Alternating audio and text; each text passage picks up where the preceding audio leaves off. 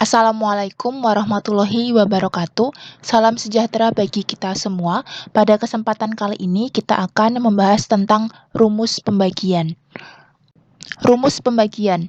Titik P membagi ruas garis AB di dalam apabila titik P berada di antara titik A dan B. Kemudian, titik P membagi ruas garis AB di luar apabila titik P berada pada perpanjangan AB. Untuk gambarnya adalah seperti ini. Ada gambar nomor 1, 2, dan 3. Gambar nomor 1 itu menunjukkan bahwa P membagi AB di dalam. Kemudian untuk gambar nomor 2 dan nomor 3 di sini, karena P-nya itu ada di perpanjangan ruas garis AB, maka dikatakan P membagi AB di luar. Jadi, membagi di luar itu ada dua macam. Yang seperti yang gambar nomor 2 dan gambar nomor 3. Untuk yang pertama, membagi di dalam, misalnya di sini AP-nya itu M, kemudian PB-nya itu N, dapat dituliskan AP banding PB sama dengan M banding N, karena arah AP dan arah PB-nya itu sama-sama ke kanan. Kemudian, yang membagi di luar, walaupun AP-nya M dan PB-nya juga N, tapi AP banding PB-nya bukan M banding N, melainkan negatif M banding N. Karena di sini AP-nya itu arahnya berlawanan dengan PB. AP-nya ke kiri, PB-nya ke kanan. Jadi di sini AP-nya negatif M, sedangkan PB-nya N. Kemudian membagi di luar yang selanjutnya, di sini AP-nya itu N, PB-nya M, tapi arahnya AP ke kanan, PB-nya ke kiri, sehingga AP banding PB sama dengan M banding negatif N. Selanjutnya, perhatikan pada bagian tugas kelompok. Yang pertama, perhatikan gambar berikut. Di sini ada ruas garis. AP-nya itu kalau dihitung ada 1, kemudian PB-nya ada 1, 2, berarti 2. Sedangkan kalau AB itu 1, 2, 3, ada 3. Yang pertama, AP banding PB. Karena arahnya sama-sama ke kanan, AP banding PB, maka semuanya positif. AP-nya 1, PB-nya 2. Kemudian AB banding PB, AB itu 3, PB 2 karena sama-sama ke kanan sehingga semuanya positif. Selanjutnya AB banding BP, AB-nya itu 3, BP karena ke kiri 2 berarti negatif 2. Kemudian PA banding AB, PA itu 1 ke kiri sehingga negatif 1, AB 3 ke kanan sehingga 3. Kemudian PB banding AB, PB 2 ke kanan berarti positif 2, banding AB, AB-nya itu 1, 2, 3 ke kanan sehingga positif 3. Untuk yang nomor 2 kebalikannya, tentukan kedudukan titik A, B, dan P sehingga mempunyai perbandingan sebagai berikut. Misalnya yang A, AP banding PB 5 banding 3, silahkan digambar di sini. AP banding PB-nya 5 banding 3, berarti AP-nya 5, kemudian PB-nya 3. Jadi AP-nya 5 berarti 1, 2, 3, 4, 5. PB 3 berarti PP-nya tadi kan di sini. PB 3 berarti 1, 2, 3, B-nya di sini. Kemudian yang AB banding PB, AB-nya 5. Berarti 5 lompat dari A, lompat 5 ke B, kemudian PB 3. Oh, berarti P-nya harus di tengah sini.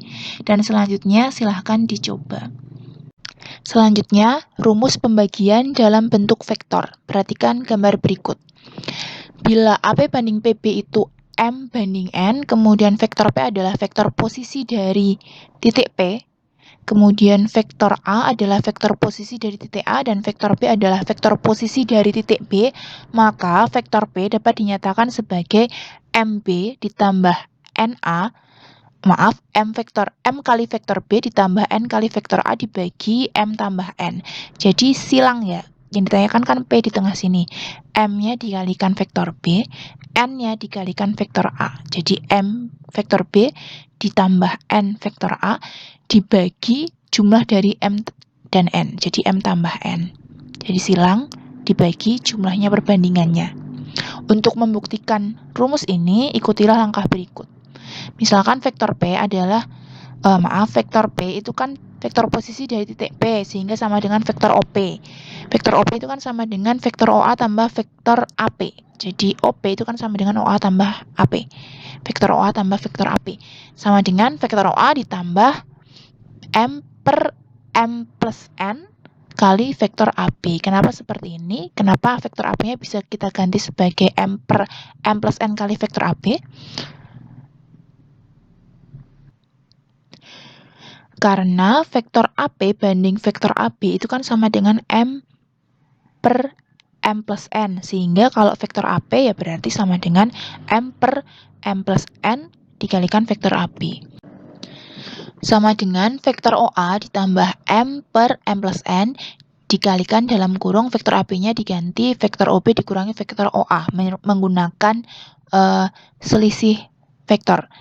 Kemudian sama dengan di sini kita samakan penyebutnya menjadi M plus N dikalikan vektor OA per M plus N ditambah M kali vektor OB kurangi vektor OA per M ditambah N.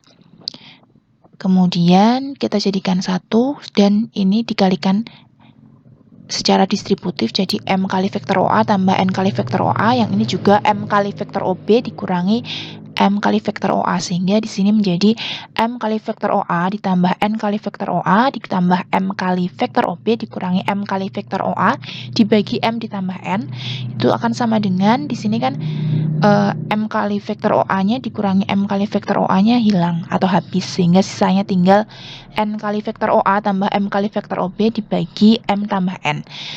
Atau bisa juga kita balik sama dengan M kali vektor OB ditambah N kali vektor OA dibagi M tambah N.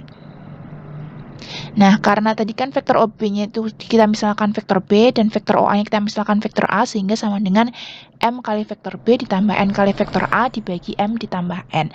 Sehingga sama seperti yang disebutkan di awal tadi.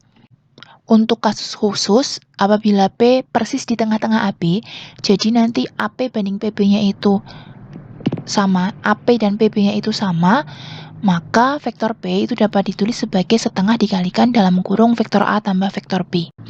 Cermatilah contoh berikut. Yang pertama, ABCD adalah jajaran ginjang. Kemudian titik M itu adalah titik tengah antara A dan B atau titik tengah ruas garis AB. Dan T pada DM dengan perbandingan 2:1. Bila vektor D sama dengan vektor V dan vektor AB sama dengan vektor U, maka nyatakan yang pertama yang A, nyatakan vektor AT dengan vektor U dan vektor V, kemudian yang B buktikan A, T, dan C itu segaris, kemudian yang C carilah perbandingan AT banding TC. Untuk ilustrasi gambarnya seperti ini, jadi jajaran ginjang ABCD, kemudian M-nya di tengah-tengah AB persis, lalu T-nya pada DM dengan perbandingan 2:1, jadi DT-nya 2, TM-nya 1.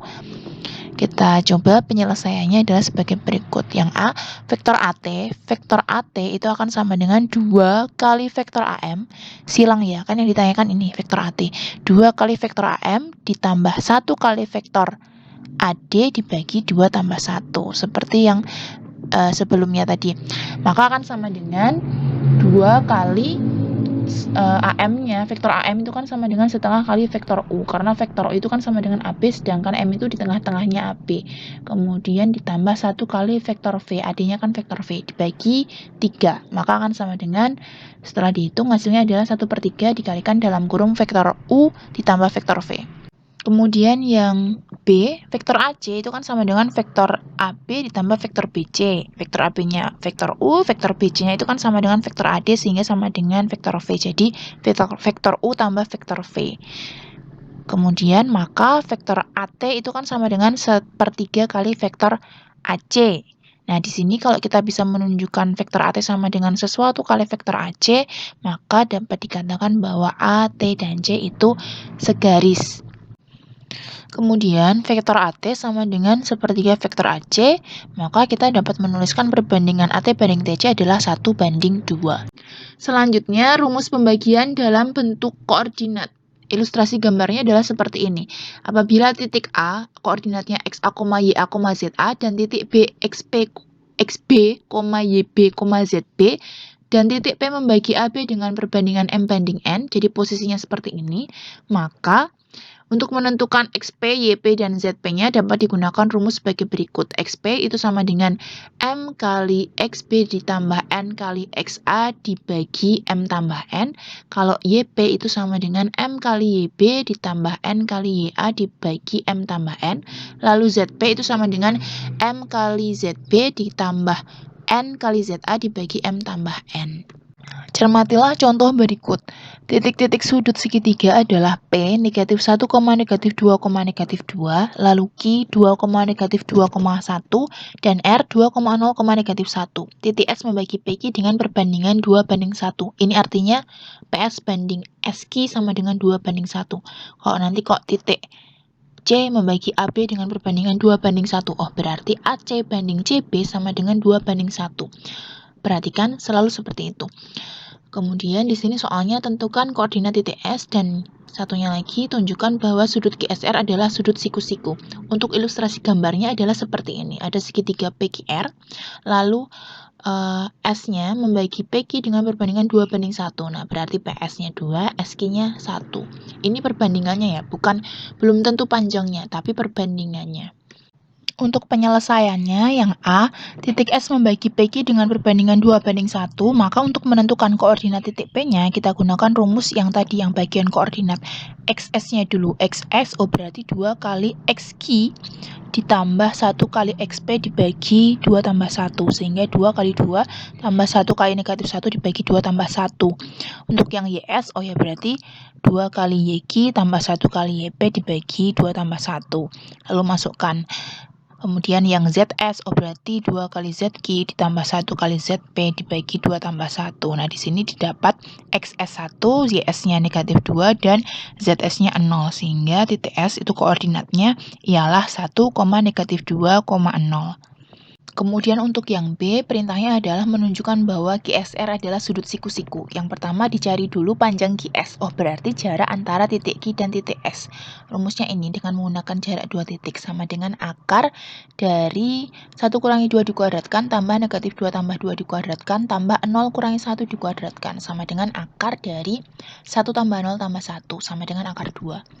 Lalu untuk QR itu panjangnya sama dengan akar dari 2 kurangi 2 dikuadratkan ditambah 0 tambah 2 dikuadratkan tambah negatif 1 dikurangi 1 dikuadratkan sama dengan akar dari 0 tambah 4 tambah 4 sama dengan akar 8. Lalu panjang RS itu sama dengan akar dari 1 kurangi 2 dikuadratkan tambah negatif 2 tambah 0 dikuadratkan tambah 0 tambah 1 dikuadratkan sama dengan akar dari 1 tambah 4 tambah 1 sama dengan akar 6.